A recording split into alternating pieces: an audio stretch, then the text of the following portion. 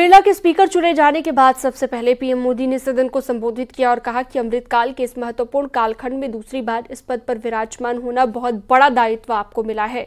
हम सबका विश्वास है कि आप आने वाले 5 साल हमारा मार्गदर्शन करेंगे। अमृतकाल के इस महत्वपूर्ण कालखंड में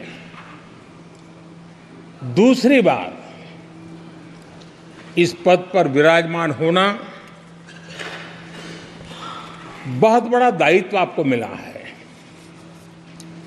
और आपका 5 वर्ष का अनुभव और आपके साथ हम लोगों का 5 साल का अनुभव, हम सबका विश्वास है कि आप आने वाले 5 साल हम सबका मार्गदर्शन भी करेंगे और देश की आशा अपेक्षाएं पूर्ण करने के लिए ये सदन अपना दायित्व निभाने में आपकी बहुत बड़ी भूमिका रहेगी। गत 20 साल का एक ऐसा कालखंड रहा है कि ज्यादातर स्पीकर या तो उसके बाद चुनाव नहीं लड़े हैं या तो जीत करके नहीं आए हैं। आप समझ सकते हैं कि स्पीकर का काम कितना कठिन है कि उसके लिए दोबारा जीतना मुश्किल हो जाता है, लेकिन आप जीत करके आए हैं, इसके लिए एक नया इतिहास आपने गढ़ा।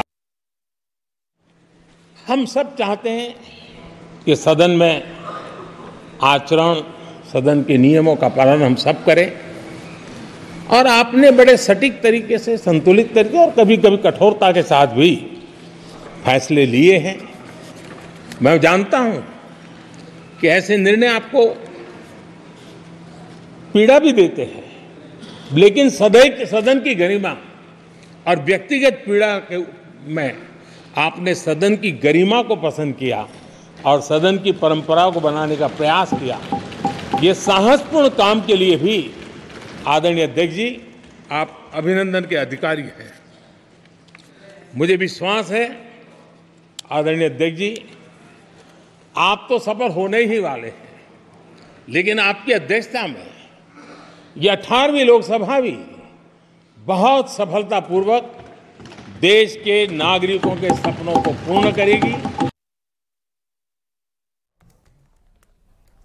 ओम बिरला के लगातार दूसरी बार स्पीकर बनने पर सीएम योगी ने उन्हें बधाई दी और कहा कि जनप्रिय मृदुभाषी राजनेता ओम बिरला जी को लगातार दूसरी बार लोकसभा का अध्यक्ष चुने जाने पर हृदयतल से बधाई। पूर्ण विश्वास है कि आपके यशस्वी नेतृत्व में भारतीय लोकतंत्र के मंदिर संसद की गरिमा नई ऊंचाइयों को प्राप्त करेगी। आपके स्वर्णिम कार्यकाल हेतु अनंत मंगल कामनाएं।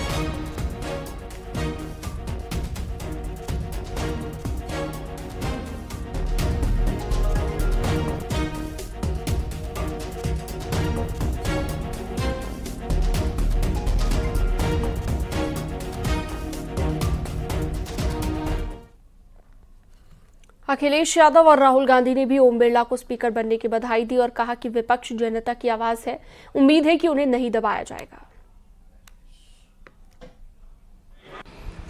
We would like the House to function often and well.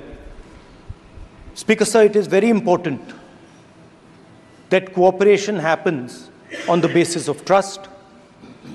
It is very important that the voice of the opposition is allowed to be represented in this House. That the people of India expect the opposition to defend the Constitution, the Samvidhan of this country. And we are confident that by allowing the opposition to speak, by allowing us to represent the people of India, you will do your duty of defending the Constitution of India. निष्पक्षता इस महान पद की महान जिम्मेदारी है। आप लोकतांत्रिक न्याय के मुख्य न्यायाधीश की तरह बैठे हैं। हम सबकी आपसे अपेक्षा है कि किसी भी जनप्रतिनिधि की आवाज़ दबाई न जाए और ना ही निष्कासन जैसी कार्रवाई दोबारा सदन की गरिमा को ठेस पहुंचाएं। आपका अंकुश विपक्ष पे तो रहता ही है, लेकिन आपका अंकुश सत्ता पक्ष पे भी रहे।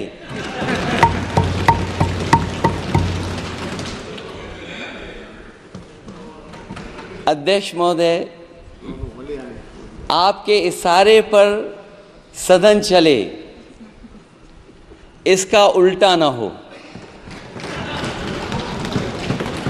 हम आपके हर न्याय संगत फैसले के साथ खड़े हैं।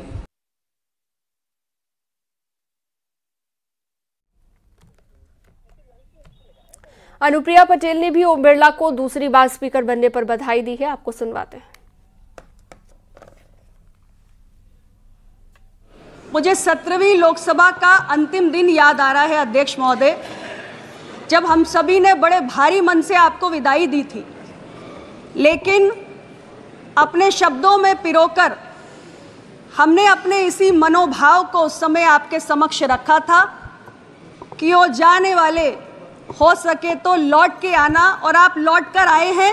हम सभी आपका बहुत बहुत अभिनंदन करते हैं। आपको अपने बीच दोबारा इस आसन पर देखकर हम बहुत आनंदित हैं, गौरवान्वित हैं। अब पक्ष और विपक्ष इस पूरे सदन का प्रतिनिधित्व करते हैं और इस सदन की गरिमा के साथ साथ इसकी शक्ति का भी प्रतीक है। पीएम मोदी से राहुल गांधी का हाथ मिलाते हुए वीडियो एक बार फिर सदन से सामने आया, जब लोकसभा स्पीकर चुनाव के बाद पीएम मोदी ओम बिरला को बधाई देने पहुंचे थे और उसी दौरान राहुल गांधी ने भी बिरला को बधाई देकर पीएम मोदी से हाथ मिलाया। इससे पहले साल 2018 में भी सदन से कुछ ऐसी ही तस्वीर सामने आई थी, जहां पर राहुल गांधी सदन में पीएम मोदी से गले मिले थे। हालांकि तब ये तस्वीर काफी सुर्खियों में रखी थी और इस पर सियासी घमासान भी मचा था। एक बार फिर से पीएम मोदी ने राहुल गांधी का हाथ मिलाते हुए तस्वीर अब सदन से सामने आई है। पीएम मोदी के साथ राहुल गांधी हाथ मिला रहे हैं इस तस्वीर में, जो कि आप देख सकते हैं। और इससे पहले गले मिलने की तस्वीर 2018 में सामने आई थी, जिसे लेकर काफी सोशल मीडिया पर चर्चा हुई थी।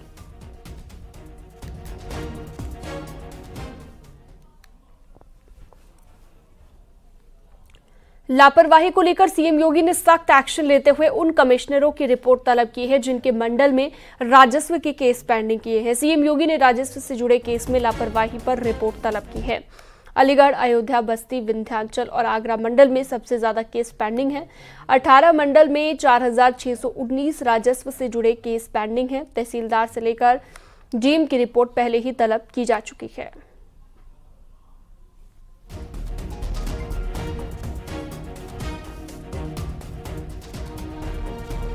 प्रदेश में राजस्व के मामलों के निस्तारण में तमाम मंडलायुक्त लापरवाही बरत रहे हैं।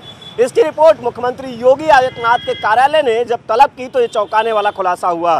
दरअसल अयोध्या, विंध्याचल, बस्ती, आगरा मंडल के जो कमिश्नर हैं, ये राजस्व मामलों के निस्तारण में लापरवाही बरत रहे हैं। इस पूरी रिपोर्ट के आने के बाद अब इनसे स्पष्टीकरण मांगा जाएगा कि आखिर क्या वजह है कि राजस्व मामलों के निस्तारण में ढिलाई बरती जा रही है। मुख्यमंत्री योगी आदित्यनाथ लगातार गंभीर हैं कि राजस्व मामलों में किसी भी तरीके से इनके निस्तारण में लापरवाही बर्दाश्त नहीं की जाएगी। कैमरामैन शरद के साथ संकेत मिश्रा, न्यूज़ 18 लखनऊ। आरएसएस में पूर्वी यूपी क्षेत्र में फेरबदल, कई प्रचारकों के कार्यक्षेत्र में फेरबदल किया गया है। पूर्वी क्षेत्र के चारों प्रांत में बदलाव हुआ है। प्रांत कार्यकारिणी, विभाग और जिला में परिवर्तन किया गया है। पूर्वी क्षेत्र में गोरक्ष, काशी, अवध और कानपुर प्रांत आते हैं।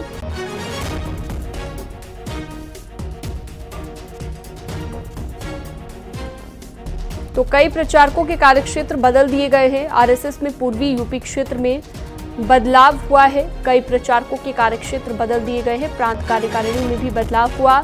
चारों प्रांत में ये बदलाव देखने को मिला है। पूर्वी क्षेत्र में गोरक्ष, काशी, अवध और कानपुर प्रांत आते हैं और इन चारों प्रांत में बदलाव हुआ।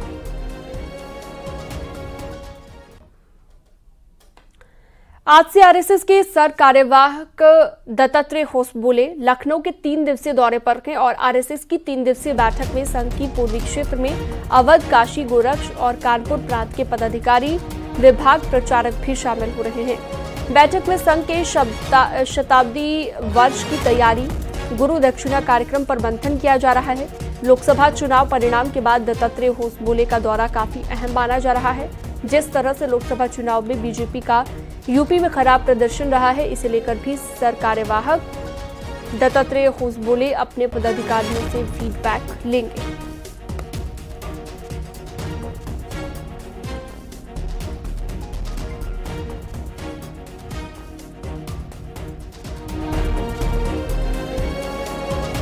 आज से आरएसएस की 3 दिवसीय बैठक राजधानी लखनऊ में शुरू हो गई है।